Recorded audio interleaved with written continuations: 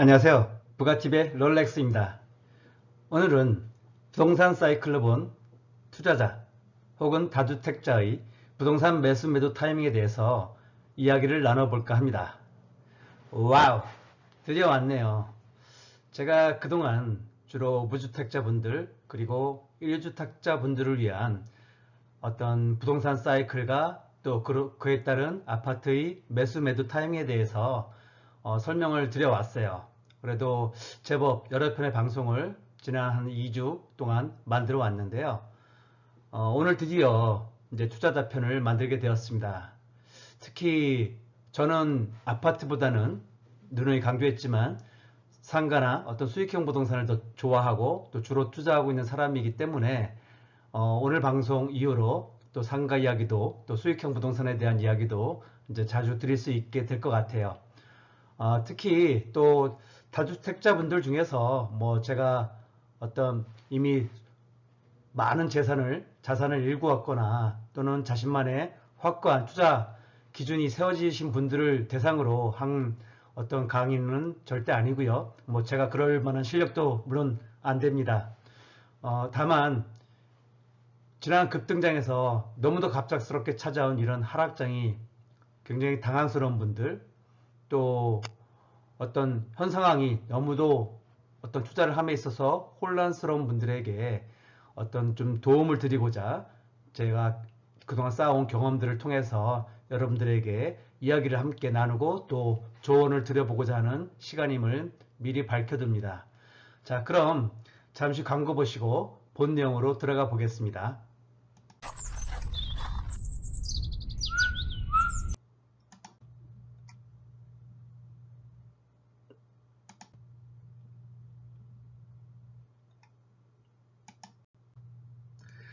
자, 경향신문에서 지난 11월 15일에 이런 기사가 나왔네요. 연골 효과, 무주택서 내 집 마련 1년 새 100만 명 늘었다. 자, 그래서 주요 내용을 한번 살펴보겠습니다. 통계청에서는 매년 주택 수요 통계를 발표합니다. 그래서 21년 발표였고요. 여기서 보시면 우리나라 주택 소유 가구는 총 1206만 3천 가구라고 합니다. 그래서 전년비 대비해서 약 1.8%가 증가했고요. 또 무주택 가구 수도 938만 6천 가구나 됩니다. 그래서 전체 가구 수의 약 43.8% 정도는 무주택 상태예요. 그래서 제가 뭐 예전에도 말했지만 항상 전체 가구 수 중에서 한 40% 내외, 적게는 한 38%부터 많게는 한 45%, 6%까지는 무주택 상태입니다. 그러니까 이분들은 어떤 자신들의 어떤 소득 그리고 형편에 따라서 또는 심지어는 신념에 따라서 주택을 평생 구입 안 하시거나 못 하시는 분들이라는 것 우리가 알아둬야 될 것 같고요. 이 중에 또 상당수 한 20% 정도? 그 정도는 언제나 다시 주택을 구입할 의사가 있는 분들로 나눠볼 수 있겠죠. 그리고 전국 평균 주택 소유율은 그 나머지인 56.2% 정도. 그래서 작년비 대비해서는 한 0.2% 정도 주택 소유율이 높아졌다고 합니다. 또 주택 소유자 수로 보면 이제 개인별로 보면 1,508만 9천 명이 주택을 소유하고 있어서 전년도 대비 약 40만 명 정도가 늘어났다고 하고요. 한 채만 보유한 분들이 약 1281만 6천 명으로 주택 소유자 수의 약 84.9%. 그러니까 전체 주택 소유자 중에서 85% 정도는 한 채만 보유하신 분들이에요. 그러니까 우리가 주택을 바라보는 시각이 그래도 물론 투자 목적도 들어가지만 주거 목적, 주택은 한 채에서 내 가족과 그냥 편히 발 뻗고 쉴 수 있는 그런 어머니의 품과 같은 그러한 포근한 공간이다 하고 인식하는 분들이 아직은 훨씬 압도적 다수를 차지하고 있다는 것이죠. 그리고 두 채 이상 보유자 수도 227만 3천 명으로 한 15.1% 정도를 차지합니다. 즉 다주택 수가 한 15% 정도 된다는 이야기죠.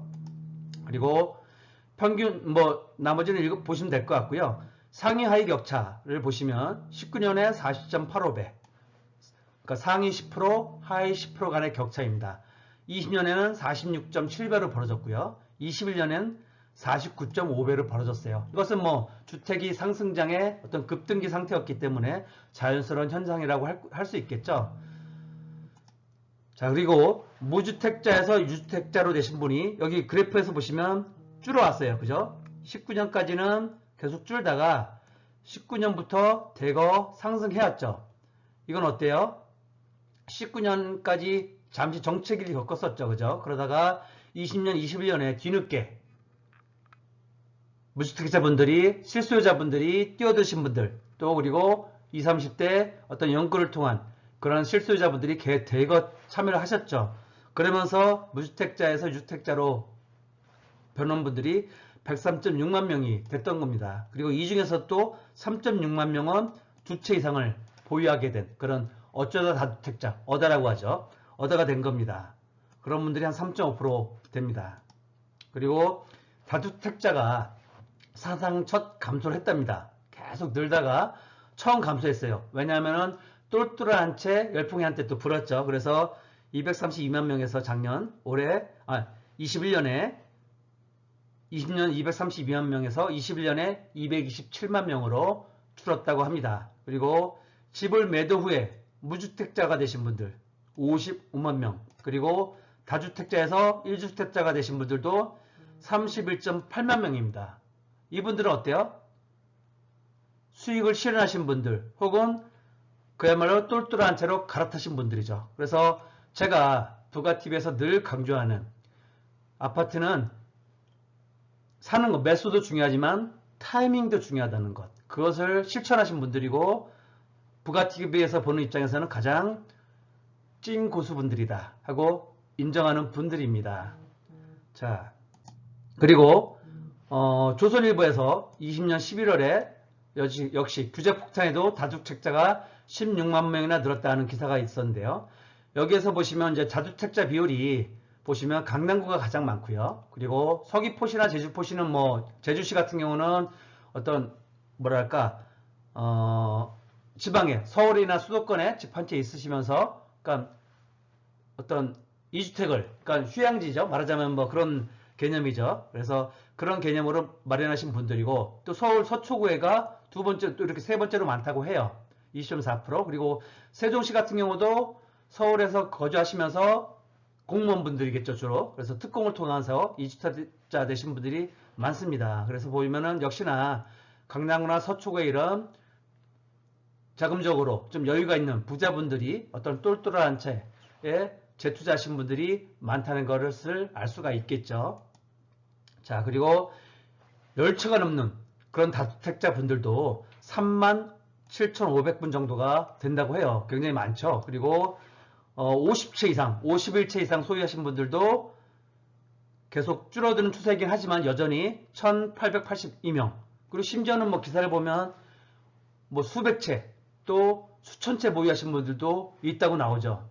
근데 저는 이분들의 경우에는 사실은 뭐 전에 절대 부자분들이라고 생각하지 않아요. 뭐 기사에서도 나왔지만 이분들은 대부분 어때요? 풀핏 투자죠. 어떤 주로 빌라들, 어떤 전세가가 매목계보다 높은 그러한 현상을 이용해서 투자를 하신 분들, 또 아파트도 일시적으로 조정장에서 풀핏 투자가 되는 경우가 있거든요. 아니면 최소한 500만 원, 1000만 원 정도로 투자할 수 있는 그렇게 최소한의 투자 또는 풀핏 투자를 통해서 집을 늘려온 주택을 늘려온 분들이기 때문에 이분들은 사실상은 부자들은 아닙니다. 자산만 많고 실질적인 순자산은 거의 뭐 없거나 소액인 분들이에요. 그래서 역전세가 날 경우에 어때요?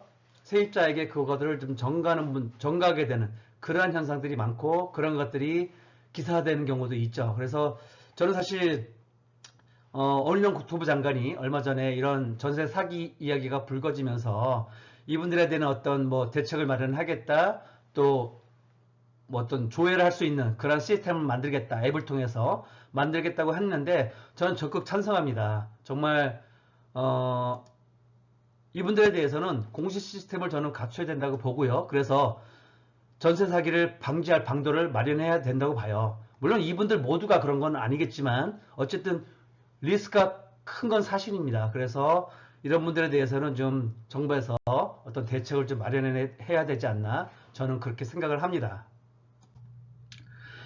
자, 머니투데이에서 부자 되는 방법에 대한 설문조사를 했어요. 그래서 어떤 일반적인 부자에 대한 재산 형성 방식에 대해서 물어봤고, 또 20대 학생들에 대해서도 또 따로 별도로 물어봤어요. 그래서 일반적으로 부자 되는 방법, 어떻게 부자가 됐을 것 같아요? 하고 물었더니 부동산 등 실물 투자가 가장 이를 통해서 부자가 됐을 거라고 생각하는 분들이 압도적이에요. 76%. 뭐 실제로 좀 그렇기도 하죠. 그죠? 그리고 상속이나 증여를 통해서 부자가 됐을 것이다 하고 생각하는 분들도 한 28.3%, 그리고 세 번째로 창업이나 경영을 통해서 부자가 됐을 것이다 하고 생각하는 게 한 23.5%가 됐네요. 그리고 자, 그럼 20대나 학생 등 좀 젊은 층에서는 어떻게 부자 되는 게 가장 많을까요? 하고 생각했더니 역시 부동산 등 실물 투자가 압도적인 다수입니다.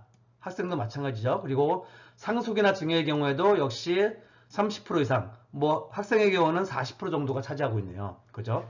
그러니까 부의 대물림 같은 게 이미 좀 우리 사회에 어느 정도 고착화되고 있다고 인식을 하는 것 같아요. 그리고 재밌는 것은 역시 젊은 친구들인 만큼 어때요? 비트코인 등 이런 가상자산 투자를 통해서도 부자가 된 사람들이 많다. 뭐 주변에서도 일부 들려오기도 하니까요. 그래서 약 10% 이상, 17% 가까이가 이렇게 부자가 됐을 것이다 하고 생각하는 분들도 많을 것 같아요. 근데 최근에 뭐 이런 사태에서도 봤듯이 위험하니까 이런 투자는 정말 조심해서 신중하게 투자를 해야 될 것 같고요.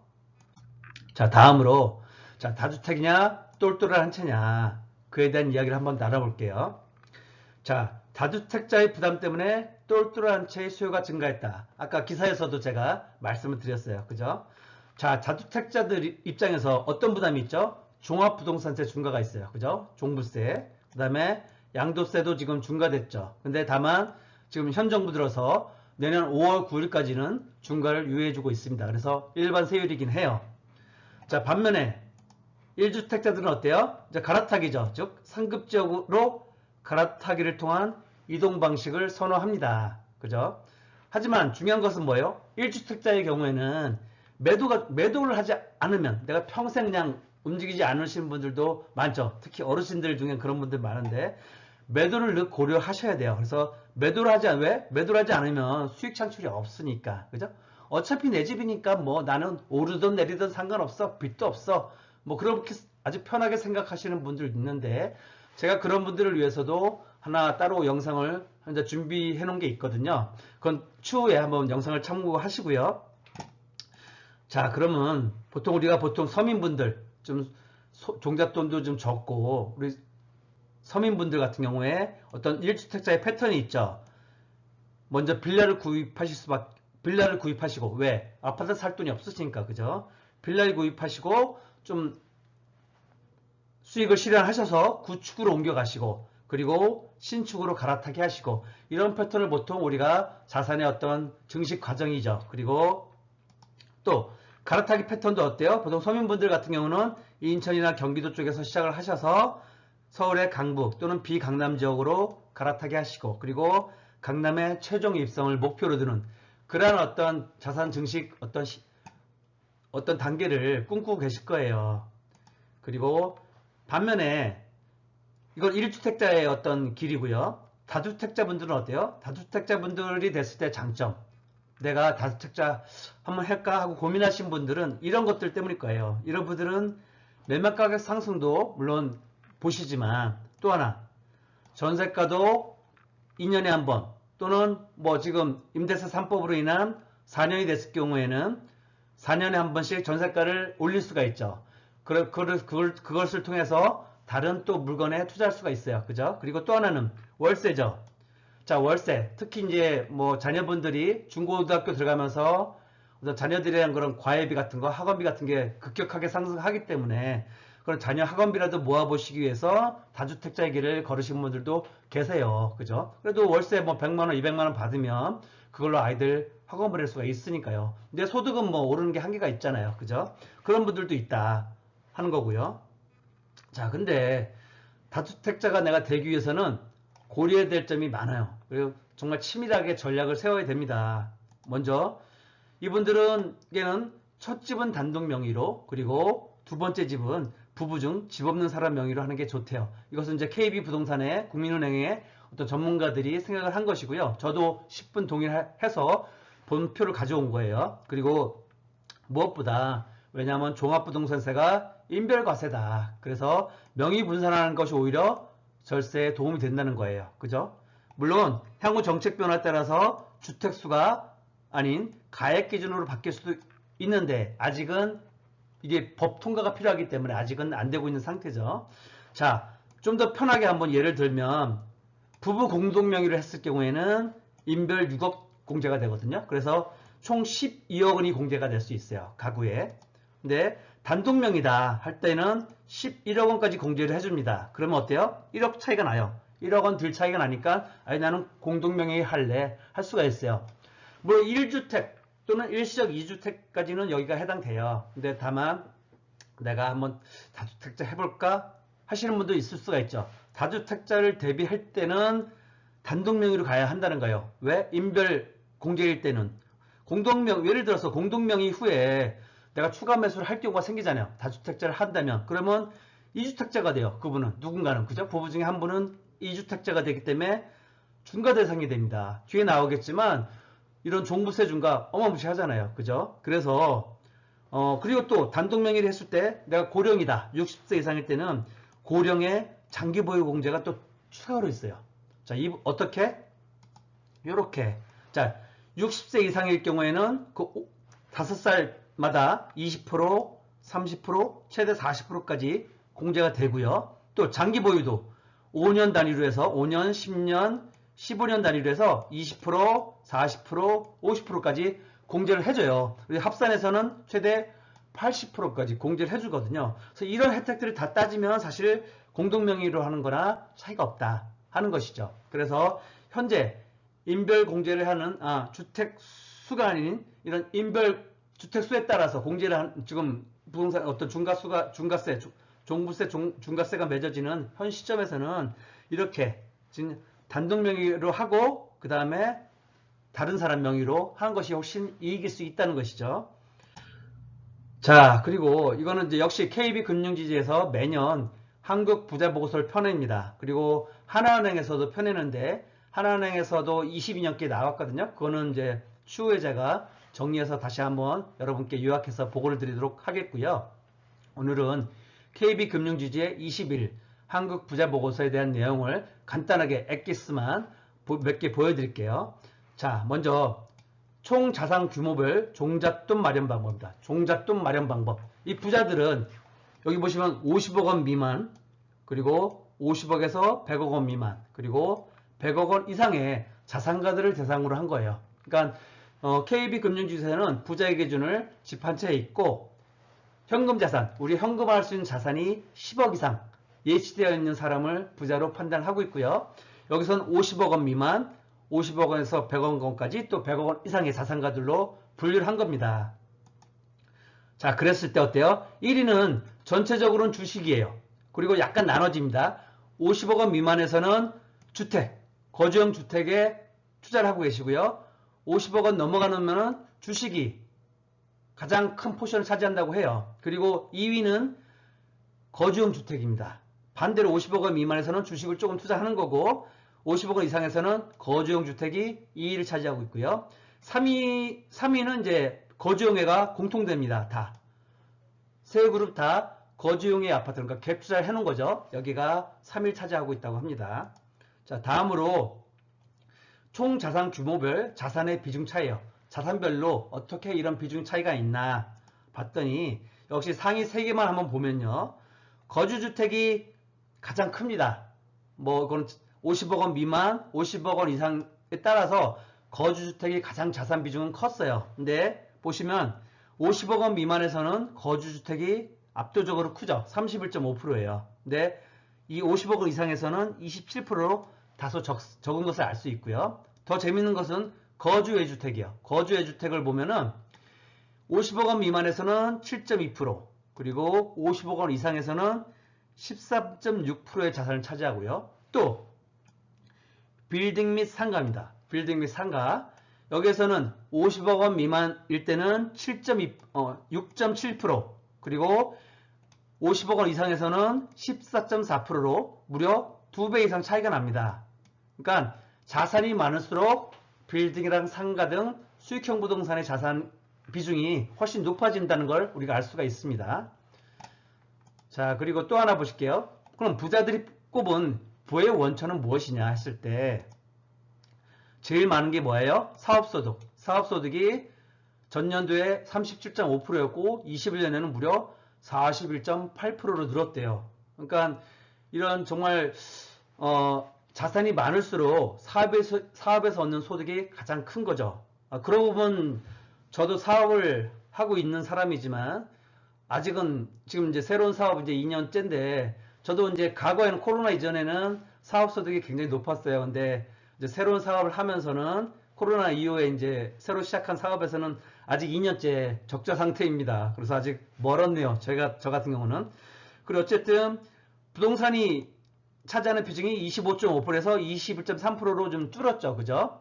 그리고 상속이나 증여에 의한 것이 19%에서 17.8%로 약간 소폭 하락한 그러한 상태입니다.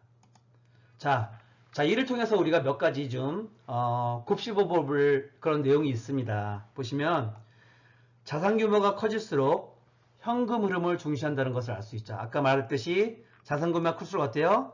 빌딩이나 상가 등 수익형 부동산의 비중이 훨씬 높아지죠. 그죠? 그래서 현금 흐름, 즉 돌이켜 말하면 자산만 있고, 즉 아파트나 그런 빌라 등 자산만 있고 현금 흐름이 없는 부자는 찐부자는 아니다 하는 거죠. 그죠? 그런 것을 알 수 있고, 그런 인식을 알 수 있고, 그래서 부자들은, 찐부자들은 즉시 현금화할 수 있는 유동성 자산 확보를 중요하게 생각한다는 거예요. 뭐 어떤 분들은 그러더라고요. 아파트 많아도 뭐 한 채씩 팔면 될 거 아니냐. 근데 지금 보시잖아요. 아파트는 상승장에서는 물론 팔 수 있고, 자기가 원할 때 팔 수 있고, 그나마도 시간이 걸릴 수 있어요. 그죠? 근데 하락장에 오면 정말 팔기 힘들거든요. 그러면은 뭐 수년이 걸릴 수 있는 거예요. 하나 파는데. 근데 이런 수익형 부동산에 많이 투자하고 있는 큰 자산가들은 어때요? 매달 들어오는 현금이 있죠. 그죠?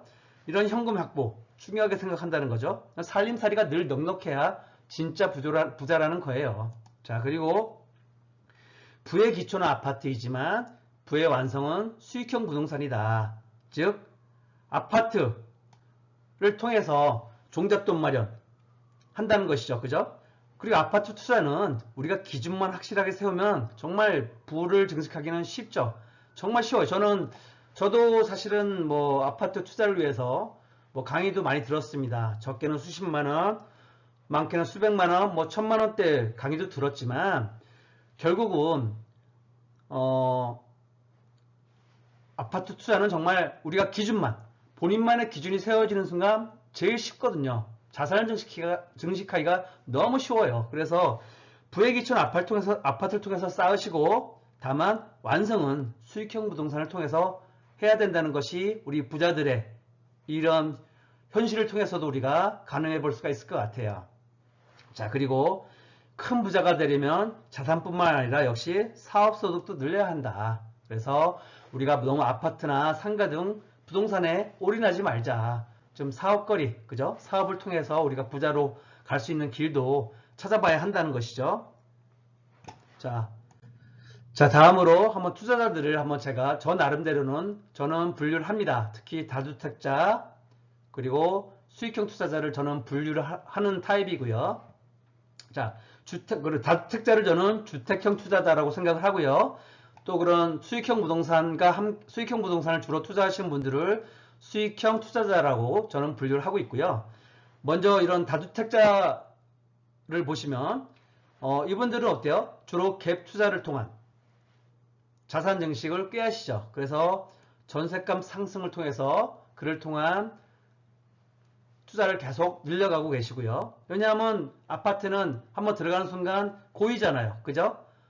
그런 분들 많을 거예요. 한번 내 자산이 정말 소액인 분들일수록 내 자산 하나 투자하고 나면은 한 2년, 3년 그냥 손 빨고 있을 그런 분들 많죠. 늘 그래서 아쉬워하고, 그죠? 막 투자를 하고 싶은 물건 널려 있는데 자산이 묶여 있는 그런 경험들 많으실 거예요. 그래서 다만 이분들이 그래도 전세값이 한 번씩 상승하기 때문에 어때요? 아파트 수가 늘어날수록 또는 빌라 수가 늘어날수록 돌아오는 주기가 짧아지니까 계속 투자 대상이 늘어나게 되죠. 그리고 또 때가 되면 시세 차익도 생기니까 시세 차익과 함께 그런 차익을 매매 차익도 누려볼 수가 있습니다. 그래서 다만 이런 아파트나 빌라를 통한 다주택자분들 어때요? 늘 과도한 갭 투자는 정말 깡통 전세 리스크가 크다. 지금 역전세는 아주 곳곳에서 심각하게 벌어지고 있는 거 보실 거예요. 과거에 이런 것들을 겪어보신 분들은 미리미리 대비를 해놓죠. 그죠? 근데 이걸 겪어보지 않고 이번 장에 새로이 다주택자가 되신 분들, 그분들은 아마 지금 굉장히 당황스럽고 혼란스러우실 텐데 어쨌든 정말 현명하게 대처를 하시기를 바람하지 않고요. 그래서 이런 다주택자에도 어때요? 얻다가 있고 늘다가 있어요. 우리가 뭐 어공늘공 얘기, 공무원도 그런 얘기 하지만 마찬가지예요. 다주택자에도 얻다가 있고 늘다가 있습니다. 얻다는 어때요? 어쩌다 다주택자 된 분들, 그죠? 나는 그냥 1주택만 사고 싶어 했는데 또는 일시적 2주택만 활용하려고 했는데 너무 사고 싶은 게 있어서 근데 저 집이 어떤 집이 또 갭이 너무 작아서 욕심이 있어서 그냥 샀다가 하다가 또 지난 급등기 때 뒤늦게 들어왔다가 아까도 한 3.6만 명이 있었죠. 하다가 다주택자가 되신 분도 있단 말이죠. 그죠? 그러다가 하락장을 급하게 맞으니까 어때요? 지금 팔리지도 않고 고시민분들, 고민인분들 너무 많으시죠. 그럼 어쩌다 다주택자분들이 있고요. 또 늘다는 어때요? 뭐 다주택자 상태로 계신 분들이 있죠. 뭐 이런 분들은 아주 과거로부터 그죠? 지금 현재 어르신 되신 분들 중에서도 많고 또 이번 장에서 투자를 하신 젊은 분들 중에서도 어때요? 이분들 좀 장기 주임사를 통해서 그죠? 장기적으로 짧게는 4년, 단기 4년, 장기 8년으로 투자를 하신 분들이 있어요. 그죠? 이분들이 어떻게 보면 지금 많이 유튜브에서 활동하시는 분들도 많고 그죠? 또 강사이신 분들이 많아요. 그죠? 자, 이분들은 사실은 근데 언제 늘다가 됐죠? 2017년 12월 13일에 지난 정부에서 임대주택 등록 활성화 방안이라는 제도를 발표를 합니다. 그러면서 어떤 다주택자를 좀 양성화하는, 말하자면 좀 양성화의 길이죠. 양성화하는 방안을 마련했어요. 왜냐하면은 우리 쌍팔년도 어르신들 예전에 어떤 다주택자 하셨던 분들은 정말 세금이 거의 없었어요. 뭐 취득세부터 해서 재산세, 또 종부세가 없던 시절이었으니까, 그리고 양도세도 뭐 일반 과세였으니까 큰 부담 없이 이런 그래도 돈을 벌 수 있는 기회가 있었죠. 그죠? 그래서 정말 예전에는 부동산에 일찍 눈을 뜨신 분들, 특히 복부인이 있던 시대에는 정말 큰 자산을, 부동산을 통해서 큰 자산을 읽어나가기가 좀 다소 쉬웠던 그런 시절이 있었습니다. 근데 어때요? 지난 참여정부부터는 강력한 정부의 규제가 시작됐죠. 그러므로 그렇게 시작하면서 종부세라는 정말 놀라운 어떤 세금도 생겨났고, 그래서 그로 인해서 굉장히 좀 어떤 투자에 제한을 가지신 분들이 많죠. 어쨌든 이 임대주택 등록 활성화 방안 때 금융 혜택, 세제 혜택 등 아주 많은 혜택을 줬어요. 그래서 이때 2018년 3월 31일까지였죠. 그때까지 양성화 여부를 결정하세요. 아닌 분들은 파십시오 하고 이제 정부에서 이제 안내를 했고, 뭐 많은 분들이 제가 뭐 그때 저도 이제 기억하는데 같이 이제 공부했던 그분들 중에서도 정말 많은 분들이 고민을 했고 갈등을 했습니다. 그래서 다주택자의 길을 결심한 분들은 주임사 등록을 하셨고, 아니신 분들은 이제 정리를 하기 시작했었죠. 그래서 똘똘한 채로 갈아타는 그러한 수요가 생겨났던 것이고요. 자, 수익형 투자자는 어때요? 이분들은 주로 똘똘한 채 또는 일시적 2주택을 통해서 대부분 아파트 관리는 하시죠. 그리고 수익형 부동산에 투자를 하세요. 그래서 상가, 오피스텔, 지상, 뭐 꼬마 빌딩 등 다양한 공부를 통해서 다양한 투자를 하십니다. 그리고 이분은 어때요? 현금 흐름을 중시하시죠. 그죠? 그리고 현금 흐름을 굉장히 또 중시하시는 분이고, 이것도 한번 정말 내가 맛들이면 마약과 같아요. 내가 그래도 어떤 뭐 100만원 이번 급여 외에도 100만원, 200만원, 또 많게는 수천만원까지 매달 통장에 꽂힌다고 상상을 해보세요. 제가 뭐 동남아 어디 여행 가서 하와이 여행 가서 통장에 탁 응? 얼마가 입금되었습니다. 100만 원 입금되었습니다. 500만 원 입금되었습니다. 딱 정말 문자 딱 오면은 흐뭇하잖아요. 그죠? 자, 그리고 시대 차익이 그렇다고 없느냐? 그렇지도 않아요. 그러니까 뭐 많은 분들이 지금 뭐 고금리 시대인데 상가 투자 어떻게 하냐 하는데 저 같은 경우는 경매를 통한 상가 투자를 하기 때문에 상가도 뭐 7%, 9% 이상 다 수익률이고요. 그리고 시세 차익도 그런 만큼 뭐 수억 원, 2배 이상 제가 매입한 금액보다 2배 이상 다 시세 차익도 봅니다. 또 꼬마 빌딩은 어때요? 최근에 뭐 시세 차익이 어마어마했거든요. 최근에 물론 올해 들어서 이제 조금 이제 그 갭이 줄어들긴 했지만 많이 내려가는 가고 있습니다. 어쨌든 시세 차익도 여러분 다주택자가 여러분들이 상상하는 것보다는 훨씬 큰 시세 차익이 있어요. 그리고 다만 문제는 이거죠, 그죠? 과도한 대출, 고금리에는 이런 리스크가 있다는 것 늘 염두에 두고 투자를 해야 될 것 같고요. 역시 마찬가지로 이 수익형 투자자에도 어수 늘 수가 있어요. 이건 다 제가 만드는 용어입니다. 자, 근데 어수는 다주택자하고 좀 틀려요. 다주택자 여러분들은 주로 어쩌다 다주택자가 되는 경우가 많은데 수익형 투자분들 같은 경우에는 어쩌다 되는 분들은 거의 없어요. 다 어쩔 수 없이 수익형 투자자가 되는 분들이에요. 왜? 이것 때문이죠. 종합부동산세, 다주택자 중과세, 또 양도세, 다주택자 중과세.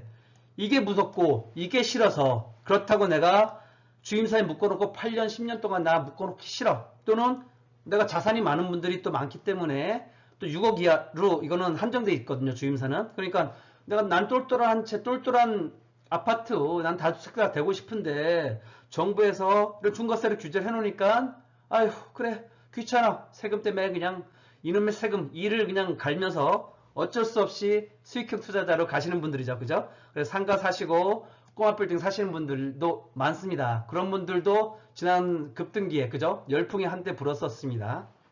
자, 그리고 늘 저처럼 그냥 장기적으로 수익형 투자를 그냥 해오시는 분들도 많죠. 그죠? 저처럼 그냥 소소한 자산가도 있고 정말 찐 부자들도 이 경우가 많죠. 그죠? 그래서 우리가 뭐 특히 뭐 대리번 역세권 그런 꼬마 빌딩들은 또 상가들은 뭐 대대로 그냥 물려주는 그런 분들도 실제로 많으시죠. 한 20년, 30년 지나도록 그냥 갖고 계신 분들 정말 많습니다. 예.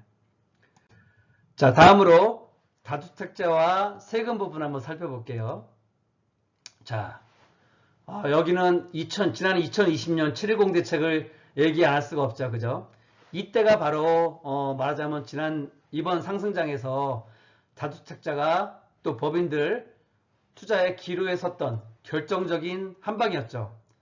바로 이 대책, 저는 이제 중과세 트리플 정책이라고 표현을 하는데요.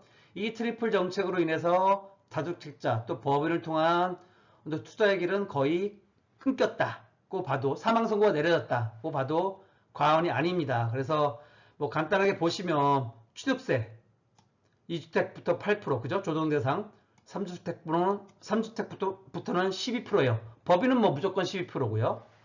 또 비조정 대상 지역은 한 주택씩 혜택이 있죠. 그래서 3주택은 8%, 4주택부터 12%예요. 그죠? 자, 그리고 종부세도 어때요? 양도세는 어때요? 우리 종부세 같은 경우 종부세도 중과 그죠? 그래서 우리 1주택자도 고가주택 이런 0.6%부터 3%까지 좀 세금을 대폭 늘렸어요. 그죠? 양도 차익에 따라서 가세 표준에 따라서 참. 그리고 3주택 이상부터 조정 대상 지역은 1주택부터 바로 그죠? 종부세 1.2부터 6% 더블입니다. 더블. 그죠? 곱하기 2 더블이에요. 이것 때문에 바로 수익형 부동산으로 어수가 되는 분들이 많다는 거예요. 진짜 어마무시하거든요. 자, 그리고 양도세도 어때요? 추가가세. 자, 2주택자 플러스 20, 기본세 플러스 20%, 3주택자는 30%예요. 그러면은 무려 뭐 80% 이상, 최대치 80% 이상 양도세를 내야 되니까 누가 팔 수 있어요. 그죠? 불가능하죠. 물론 현 정부 들어서 이것을 이제 뭐 내년 5월 9일까지 유예를 했으니까 그때까지는 일반 세율이 적용되긴 합니다. 자, 이것 때문에 우리 투자자분들, 다주택자분들 이제 어떤 투자 수요는 올스톱 됐죠. 그죠?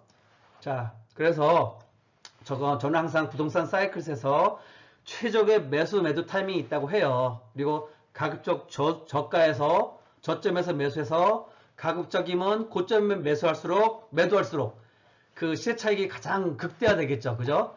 그리고 바로 이런 정책, 저는 부동산 사이클, 부동산 정책을 활용한 매도 타이밍이에요. 그죠? 제가 주장하는 것은 이런 정책이 나오는 게 바로 우리가 얼굴에서 매도할 수 있는 타이밍이다. 그죠? 어깨가 아니고 얼굴에서 매도할 수 있는 타이밍의 그 신호죠. 그죠? 이런 대책들.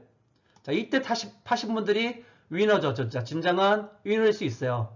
2018년에 파신 분들도 있습니다. 그때 조정강 한 7, 8개월 오면서 끝났나? 하면서 파신 분들이 있는데 그때 파신 분들은 허리에서 한 어깨 사이에서 파신 분들이고 이때 20년 이때부터 한 21년 사이 파신 분들은 그야말로 얼굴에서 파신 분들이죠. 그죠? 턱부터 눈썹까지. 그죠? 자, 그리고 자, 기본세율 한번 보시겠습니다. 보통 기본세율은 1년 미만에 팔면은 50%, 1년에서 2년 사이면 40%예요. 그리고 2년 이상만 보유했다 하면 이제 일반 세율 된다는 거 우리가 늘 알아둬야 될 것 같아요. 그래서 주택을 샀을 때 2년간은 보유를 하는 게 세금을 그래도 절세 효과를 최대화할 수 있다. 내가 비과세는 안 받더라도 2년만 보유하고 팔면은 그래도 다주택자라도 일반 세율로는 팔 수 있다는 거 알고 계시고요. 그래서 각 누진과세니까 각각의 단가에 따라 6%부터 42%까지였다가 역시 지난 정부에서 21년 1월 1일부터는 10억 원 초과에 대해서 45% 구간이 새로 생겼습니다. 이 점도 참고해 주시고요. 자, 다음으로 우리가 다주택자의 경우는 표의가 있거든요. 장기보유 특별공제라는 걸 받아요. 근데 이거를 다주택자는 일반이고요. 그 다음에 1세대 1주택자는 혜택이 있죠. 그래서 최대 80%까지 혜택이 주어진다는 거. 자세한 거는 나중에 세금편에서 말씀을 드리겠습니다. 그래서 일반적인 경우 다주택자나 상가, 수익형 부동산 보유자들은 30%까지 가능하고요. 최대 15년까지. 그 다음에 1세대 1주택자는 10년 이상 보유할 경우 최대 80%까지 가능하다는 것 참고로 알아두시면 되겠습니다. 자, 그럼 이제 본론이죠. 오늘 이야기의 본론입니다. 자, 제가 이제 나름대로 그동안의 경험을 토대로 해서 이런 다주택 투자자분들 또 수익형 투자자분들을 나눠서 일단 제가 부가 투자 사이클 모형을 완성을 했어요. 그래서 일단 다주택 투자자분들, 다주택자분들 먼저 말씀을 드리면 침체기 당연히 매수 타이밍이죠. 그죠? 뭐 1주택자, 무주택자도 매수하는데 우리 다주택자분들은 더할 나위 없죠. 그죠? 당연히 매수 타이밍이고요. 회복기도 매수 타이밍입니다. 그리고 이 급등기가 되면 어때요? 섞어내기를 저는 해야 된다고 봐요. 매수할 수도 있지만 좀 매도, 그러니까 좀 못난이라고 할 수 있죠. 못난이들 좀 섞어내시고 그 다음에 가급적 좀 똘똘한 한 채로 좀 옮겨 타시는 그러한 전략이 좀 필요해 보이고요. 이때 급락기 지금 같은 때죠. 저는 사실 다주택자 여러분들은 이때가 오히려 좀 미리 선점해서 갈아타게 할 기회라고 봅니다. 왜냐하면은 물론 그렇다고 해서 지금 같은 때 아직은 규제가 많으니까 또 취득세 중과가 되잖아요. 그래서 지금과 같은 때보다는 좀 더 기다렸다가 이것도 곧 풀어질 거거든요. 또 그리고 아마 다음 달에 또 다주택자들을 위한 그런 주임사 또 정상화 방안도 발표한다고 하니까 그 추이를 한번 지켜보시면서 취득세가 좀 이제 중과가 풀린다면은 갈아타게 할 기회라고 봐요. 왜냐하면 지금 소식 들리잖아요, 벌써. 그죠? 뭐 정말 뭐 잠실 5단지, 잠실 지역 많이 지금 뭐 엄청나게 수억씩 하락하는 이미 한 30% 빠진 곳들도 단지들도 생겨나고 있으니까 뭐 지금도 이런데 지금 또 경제 전문가들도 내년 되면 더 위기가 온다고 하죠. 내년 되면 아마 40% 가까이 빠지는 그런 단지들도 생겨날 거기 때문에 40% 정도면은 많은 또 우리 전문가들 어때요? 가장 고점 대비 40% 빠지면 가장 저점 부근이다 하고 판단을 하시잖아요. 그죠? 물론 그거는 신의 영역이기 때문에 아무도 모릅니다. 뭐 50% 빠질 수도 있고 60% 빠질 수도 있어요. 하지만 한 40% 정도를 기준으로 한다면 그런 단지가 나온다 하면은 내가 기회로 볼 수 있겠죠. 그래서 또 우리 다주택자분들도 자산가들이 많으시니까 자산가분들은 이때 한번 좀 노려볼 기회가 된다고 저는 생각하고요.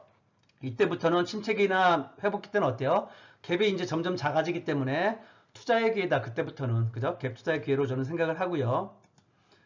자, 이런 명제가 있어요. 제가 어떤 분들 보면은 자 유튜브에서도 이제 이런 말하시는 분들도 있던데 물론 옛날 어르신들, 그러니까 아까 말했던 쌍팔년도에 다주택자로 부를 증식하신 분들은 아직도 이런 그 명제를 믿으세요. 집은 사 모으는 거지 파는 게 아니야 하시는 분들 그죠?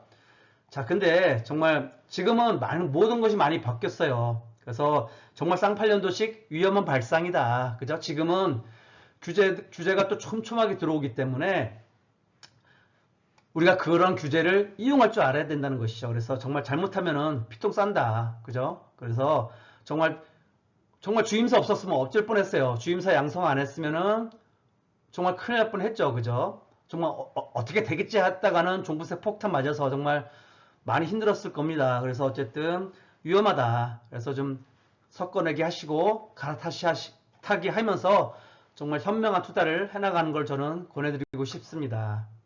자, 다음으로 수익형 투자자예요. 그러니까 뭐 어떤 똘똘한 한 채 선호하면서 수익형 부동산에 투자하시는 그러한 투자자들을 위한 제 나름대로의 부가 투자 사이클 모형입니다. 자, 이분들 침체기 회복긴 당연히 매수 타이밍입니다. 자, 뭐 일시적으로 이분들도 다주택자가 될 수 있지만 제가 매수 타이밍이라는 건 주로 이분들은 수익형 부동산이에요. 자, 그리고 급등기에는 어때요?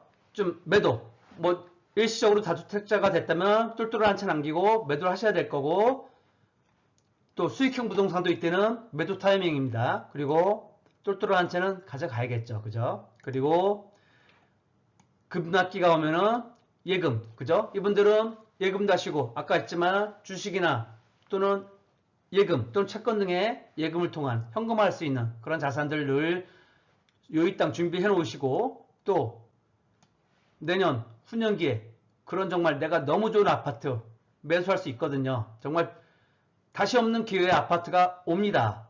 이때도. 그래서 이때는 자산이 있는 것, 자산가들이 투자할 타이밍이다. 그래서 역시 이때 매수할 타이밍이고 또 수익형 부동산은 뭐 당연히 투자할 타이밍이 되겠고요. 자, 그래서 다주택자분들, 수익형 투자자분들이 매수 타이밍을 그래서 좀 더 구체적으로 한번 들어가 보겠습니다. 자, 현 시점부터 얘기를 해볼게요. 자, 지금 급락기, 하락기의 초반이죠. 저는 이때는 이제 각자 역시 본업에 충실하시면서요. 예적금 하시면서 시드머니 불려 나가시겠죠. 아까도 나왔지만 사업 하시는 분들 정말 사업 열심히 이때 이 시기에 되돌아볼 시기고 또 본업이 나는 투자자인데요. 다주택 투자자인데요 하는 분들은 그동안 우리가 관리 못했던 세입자분들 그죠? 그분들한테 한번 신경 쓰는 그러한 시기가 될 수도 있을 것 같아요. 왜냐하면은 나가면 큰일 나잖아요. 그죠? 역전세 날 수도 있는데 이분들에게 좀 명절 때문에 우리가 과일이라도 한 박스씩 보내드리고 그렇게 좀 관리가 필요할 것 같고요. 또 초상급지, 초급매는 매수를 해야죠. 그죠? 당연히 기회의 장이니까. 다만 말했듯이 좀 취득세가 완화될 경우에 자, 그리고 상급지 갈아타기 다주택자분들 제가 아까도 말했듯이 이때가 기회일 수 있습니다. 그리고 우리 수익형 투자자분들은 수익형 부동산 정말 매수할 수 있는 하락장에서 매수할 수 있는 기회가 되죠. 예를 들어서 이런 거예요. 제가 지난 둔촌주공 아파트 어떤 이야기를 할 때 방송에서 말씀드렸는데 지난 장에서 반포동 반포자이가 2009년 3월에 입주를 했고요. 레면 퍼스티지도 2009년 7월에 입주를 했어요. 분양도 늦었었습니다. 어떤 하락장 급하게 2008년 금융모기지 사태 이후로 좀 분양을 계속 미루다가 2008년에 분양을 하고 2009년에 이제 입주를 했는데 다 미달됐었습니다. 그래서 이러면 아파트는 들어가야죠. 그죠? 다주택자라면 또 수익형 투자자도 내가 정말 이 아파트는 내가 새 아파트에 그야말로 때한탕 그죠? 내가 새 아파트에 들어갈 수 있는 기회니까 이런 거는 뭐 자산가님 누가 들어가겠습니까? 그죠? 들어가야죠. 자, 그리고 침체기가 오면은 급매 갭자 역시 할 수 있죠. 이제 갭이 붙기 시작하는 때니까. 그리고 분양가 투자 줍집이나 마피로 들어가기 정말 절호의 기회죠. 이때는 뭐 초상급지도 있지만 뭐 중상급지 뭐들도 또 하급지도 그죠? 좀 소액 다주택자이신 분들은 뭐 좀 이런 줍줍 마피 물건들 많이 나오잖아요. 그죠? 이런 것들 정말 절호의 기회죠. 침체기는. 아무도 안 찾아보는 시기니까. 그리고 상급자 갈아타기. 이걸 우리 특히 수익형 투자자분들 이때가 나는 저는 더 오히려 좋을 수 있다. 왜냐면 레미안 퍼스티지 같은데 반푸자이 같은데 침체기 때 더 저점을 찍거든요. 그래서 이때 갈아타기가 좋은 기회이고요. 또 수익형 부동산 여전히 매수하기 너무 좋은 기회죠. 그죠? 자, 예를 들어서 지난 장에 분양시장을 보면 이번 장에서 어땠어요? 11년에 침체기 때였죠. 자, 보시면 7월에 판교 프로지오그랑블 입주를 했고요. 청담동 청담자이도 11년 10월에 입주를 했습니다. 그리고 고덕동 고덕 아이파크 같은 거 이때도 2011년 12월에 입주를 했거든요. 이 고덕 아이파크도 미분양 좀 많이 났었습니다. 분양도 이제 미달렸고 입주 때도 미분양 많이 났거든요. 그래서 이런데 너무 좋았었죠. 그죠? 이때 들어가신 분들 상승장 때 정말 큰 돈 버셨죠. 그죠? 그런 걸 생각해야죠. 그리고 회복기 때입니다. 자, 역시 금매갭 투자 계속 들어가야 되고요. 상급지 갈아타기, 뭐 아까 침체기 때 놓쳤었다면 이때도 여전한 기회이고요. 또 하나 제가 말씀드리고 싶은 거는 재건축 재개발 투자죠. 제가 나중에 재건축 재개발 투자도 따로 또 방송을 마련하겠지만 저는 개인적으로 재건축 재개발 투자는 이때 회복기 때가 가장 좋은 타이밍이라고 생각을 하는 사람이고요. 또 수익형 부동산도 역시 이때는 매수 타이밍입니다. 계속해서. 자, 지난 예를 보면 송파 꿈의 그린도 2014년 6월에 입주를 했습니다. 또 마레프도 2014년 9월에 입주를 했고요. 자, 이 두 아파트 다 미분양이었죠. 그죠? 그거 꼭 우리가 기억하셔야 돼요. 정말 좋은 기회가 침체기 회복기회 때 너무 많이 온다는 것을 우리가 잊지 말아야겠고요. 그리고 반포동 아크로리브파크는 반면에 2016년 이제 회복기 끝무렵이기 때문에 분양에서는 완판을 했어요. 1차 때 완판을 했고 다만 미분양이 제가 알기로는 뭐 몇 세대 있었던 걸로 저는 기억을 합니다. 입주장에서는. 그리고 고덕 레이먼 스테이트 같은 경우도 미분양 났습니다. 같은 뭐 회복기 끝무렵이지만 입지에 따라서 온도차는 분명히 있었어요. 고덕 레이먼 스테이트는 미분양도 좀 더 많이 났었고요. 자, 그리고 마지막으로 급등기를 보겠습니다. 이제 얼마 안 지났습니다. 이때는 저는 다주택자 여러분들 아까 말했지만 섞어내기 좀 가려내기 하시고요. 매수매도 물론 기회가 된다면 매수매도도 하실 수 있겠죠. 그리고 특히 저 아까 말했지만 재건축, 재개발 지역은 회복기 때 매수하셔서 이때까지 한 5년여 동안 별 진전이 없다. 아직도 초기 상태다 하면은 저는 매도하셔야 된다고 생각해요. 그리고 더군다나 그게 하급지다.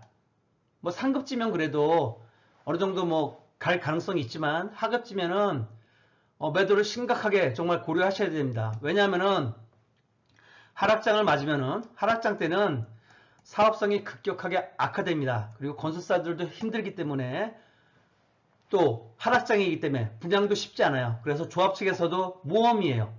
또 자칫 할인 분양하게 되면 조합의 부담이 크기 때문에 조합에서도 섣불리 고를 못합니다. 그래서 재건축 재개발 초기분 또 하급지분은 이때 심각하게 저는 매도를 고려하셔야 된다. 매도를 하셔야 된다고 저는 조언을 드리고 싶습니다. 그리고 우리 수익형 투자자 여러분들 수익형 부동산은 이때 역시 매도 타이밍이죠. 그죠? 이때 왜? 아까 말했지만 이 상승장 때 침체기 때 회복기 때 매입하셔서 많은 분들이 이제 수익 실현을 하시거든요. 그분들이 정부의 규제 때문에 그죠? 주택 규제 때문에 수익형 부동산을 많이 넘어옵니다. 그래서 이때 역시 매도를 하셔야지 가장 큰 수익 실현을 하실 수가 있어요. 그죠? 물론 가능하면은 고점 언저리에 팔 수 있는 그러한 공부는 하셔야겠죠.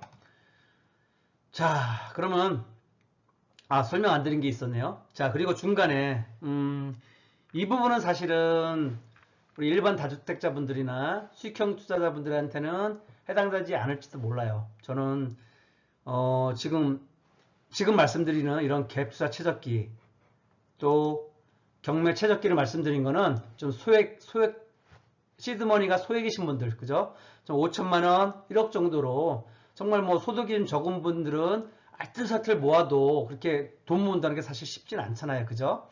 그래서 그런 분들을 위한 제가 조언입니다. 물론 이런 부분까지 제가 말씀드려야 되는지, 그래서 어떤 다주택자들을 어떤 뭐 좋은 거냐, 뭐 그런 건 아니에요. 저 개인적으로는 다주택자 저는 안 하는 포지션이고 라는 건 누누이 말씀드렸고요. 다만 절실하신 분들이 있잖아요. 그죠? 정말 뭐 이런 가난에서 한번 벗어나고 싶은 분들, 우리 아이에게 정말 우리 아이만큼은 내가 정말 여유 있게, 그죠? 부모가 겪은 그런 아픔, 내가 어렸을 때 겪었던 그런 아픔을 내 아이에게는 대물림하고 싶지 않은 분들이 있어요. 그분들의 절실함을 담아서 제가 조언을 해드리는 겁니다. 그래서 그분들 같은 경우에는 이 상승장에서는 갭 투자를 하셔야 돼요. 자, 뭐라고요? 상승장에서는 그분들, 그죠? 그런 소액 투자자분들 갭 투자를 저는 하실 것을 권해드려요. 이때 아니면은 없어요. 특히 이게 이 갭 투자가 좀 더 밑으로 내려올수록 좋겠죠, 그죠? 지난 장으로 보면 한 2014년부터 해서 2013년부터 2015년이 가장 갭이 적을 때였고요, 전반적으로. 그리고 2017년까지도 갭이 굉장히 적었거든요. 2017년까지도 요 사이에 갭 투자를 통해서 한다면 내가 가진 소액으로도 자산을 증식할 수 있는 절호의 기회예요. 물론 1주택도 좋고 2주택도 좋아요. 하지만 아주 뭐 그냥 저가 갭투자분들 한 여러 채, 한 두세 채, 세 채, 네 채 사서 빨리 자산 증식을 시세착을 보면서 그 수익으로 똘똘한 채로 점점 갈아타는 그러한 전략을 짜는 것도 좋고요. 어쨌든 그런 것은 각자 공부를 하셔야 되되 이때를 노리셔야 되고요. 특히 이때는 경매로 하시는 것보다는 갭투자로 하셔야 돼요. 저는 경매 투자도 해온 사람이고 갭 투자도 해온 사람이지만 경매를 투자하기에는 자산 증식하기 이때 상승장에서는 느립니다. 너무 느려요. 그리고 경매로 사는 거나 일반 급매매로 나오는 거 사는 거랑 차이도 없어요. 그래서 이때는 갭사가 빠릅니다. 또 절차도 없기 때문에 일반 매매는 갭 투자를 하셔야 되고요. 반면에 하락장에서는 어때요? 하락장에서는 경매가 가장 빛나는 투자법입니다. 그죠? 경매를 안 해보신 분들은 또 경매 초기에 좀 하시다 뭐 낙찰이 왜 이렇게 힘들어 하시는 분들은 다시 경매 안 해 하시고 그냥 일반 매매로 돌아서신 분들도 많아요. 근데 제가 제 경험에 의하면은 경매에 그래도 꾸준히 관심 갖고 계시면은 이 하락장 속에서는 기회가 와요.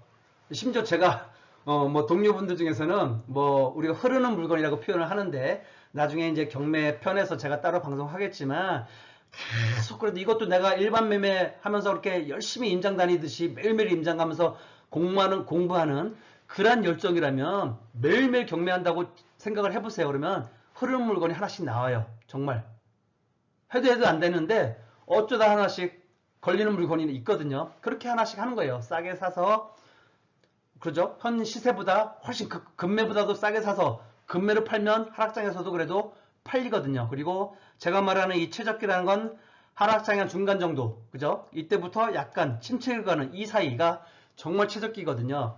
이때가 되면은 충분히 내가 급매보다도 싸게 살 수가 있어요. 그래서 급매 가격 또 수리까지 한다면은 일반 매가에도 팔립니다. 그래서 그러한 전력, 과거 같으면 500뛰기 1000뛰기라고 했는데 뭐 1000뛰기, 지금은 이제 1000뛰기 2000뛰기를 목표로 해서 충분히 가능합니다. 그런 식으로 해서 시드머니를 불려나가셔야 해요.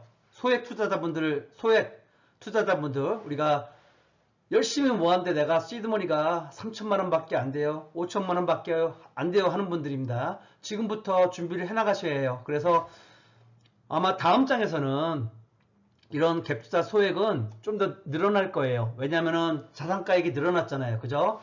이번 장에서 예를 들어서 2천만원, 5천만원이신 분들이 갭투자로 소액투자가 가능했다면 아마 다음 상승장에서는 그보다는 좀 더 높아질 것 같아요. 제 예측에는. 왜냐하면 자산 가격이 다 상승했기 때문에 이제는 아무리 싸야 뭐 3천, 5천 아마 대부분은 1억 정도가 소액투자가 되지 않을까 생각해요. 그래서 지금 하락장 때 여러분들 시드머니를 모으셔야 해요. 물론 예금 적금 중요하지만 이런 경매도 관심 그래서 가져보시고요.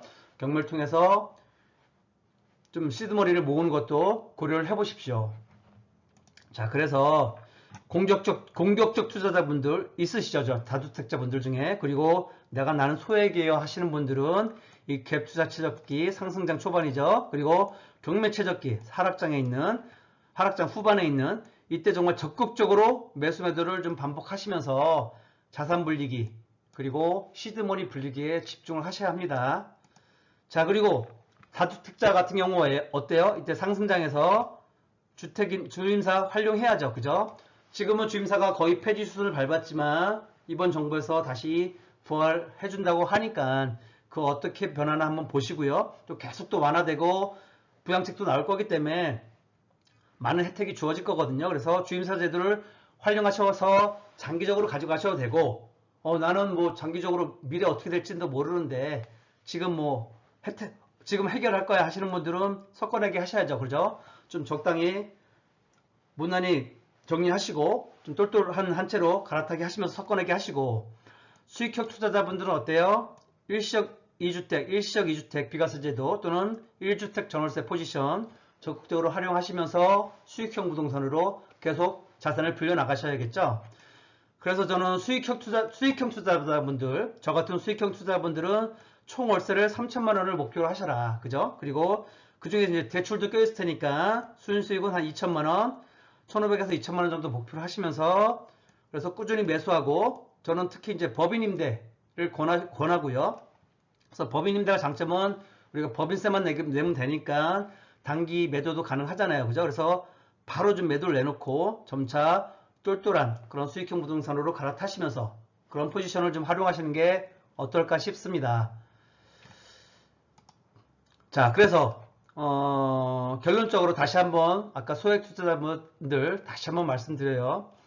자, 소액 투자하신 분들은 이 중간 단계 상승장의 초반에서 중간으로 흐르는 단계, 하락장의 중반에서 후반으로 흐르는 2단계, 그죠? 이때가 어때요? 양뛰기의 양뛰기 전성시대다. 자, 그래서 이때 여러분들이 그래도 인생 역전할 수 있는 기회라는 것을 제가 조언을 드려요. 자, 그리고 빨리 돈 모으셔서 똘똘한 채로 갈아타세요. 저는 무주택자, 1주택자 여러분들 늘 말하지만 비과세 활용하시는 것이 가장 좋다고 봐요. 다만 정말 난 소액밖에 없어야 하시는 분들은 여러 사이클을 거쳐야만 똘똘한 채를 가질 수가 있기 때문에 시간이 오래 걸리잖아요. 그죠? 그래서 그런 분들은 어쩔 수 없이 이때 기회를 봐야 됩니다. 자, 그리고 이때 진짜 영끌, 그죠? 지난 장에서는 이번 장에서 어땠어요? 급등기 때 영끌을 했는데 이때는 안 좋다는 거 우리가 이제 경험했어요. 그죠? 경험했어요. 그래서 진정한 영끌 타임은 이때예요. 이 소액 양뛰기 전성시대, 갭 투자 최적기, 경매 최적기를 활용해야 됩니다. 이때 정말 영끌하셔서 여러분들이 자산을 불리셔서 그래서 빨리 똘똘한 채 갈아타셔서 비과세 활용하세요. 그래서 정말 본업에 충실하시면서 하락장에서는 우리가 본업에 충실하면서 늘 똘똘한 한 채로 갈아타길 1시적 2주택 1주택 전월세 포지션 제가 늘 추구하는 그 포지션을 통해서 수익형 부동산을 통해서 현금 흐름도 좀 확보하시면서 그런 투자를 하시기를 저는 권유를 해드립니다. 자, 정리하겠습니다. 자, 다주택자, 자, 수익형 투자자분들에 대해서 제가 지금까지 좀 주제 넘지만 조언 아닌 조언을 해드렸어요. 다시 한번 반복하지만 이미 큰 자산을 읽은 분들을 위한 그러한 방송 아니었고요. 지금 처음으로 어쩌다 다주택자 됐거나 하신 분들, 그분들에게 제가 인생 선보회로서 조언을 드리는 겁니다. 자, 이분들 제일 중요한 거는 다주택자분들, 수익형 투자자분들 가장 중요한 거는 본인만의 투자 기준을 세우셔야 돼요. 자, 일단은 언제 매수해서 내 수익을 어느 정도 보면 팔아야지. 또는 정책상에 내가 이쯤에 그럼 사고 이쯤에 내가 어떻게 하든 팔아야지 하는 기준을 세우세요.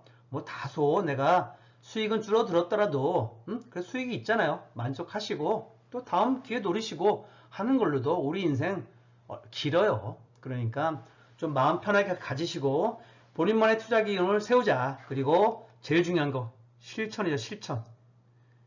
부자는 실천에서 나옵니다. 실행력. 그죠? 기준을 세우고 실천하라. 제가 오늘 드리고 싶은 이것은 무주택자 여러분, 1주택자 여러분, 그리고 다주택자 여러분, 또 수익형 투자를 꿈꾸시는 분들을 위한 제 마지막 조언임을 알아주셨으면 좋겠습니다. 자, 오늘 장시간 방송 들어주셔서 감사합니다. 자, 오늘 방송이 마음에 드셨다면 좋아요, 구독하기 잊지 말아주시고요. 제가 정말 지난 2주간 정말 열심히 달려왔습니다. 아침에 새벽에 자료 준비해서 또 열심히 본업인 제 일에 또 매진하고 또 퇴근 후에는 다시 자료 가다듬고 저녁에 한 9시 이후에 10시, 11시, 12시에 방송 찍고 그런 패턴을 반복하고 있거든요. 오늘은 이제 주말이라 다소 이제 여유 있게 오전 오후에 이제 방송을 할 수 있지만 어쨌든 뭐 힘든 것도 사실이고 그래서 여러분들이 이런 구독하기 또 좋아요를 통해서 힘을 주신다면 제가 더 좋은 방송 만드는데 큰 힘이 될 것 같습니다. 자, 감사합니다. 오늘 주일을 맞아서 여러분 가정에 평화 가득하기를 바라겠습니다. 감사합니다.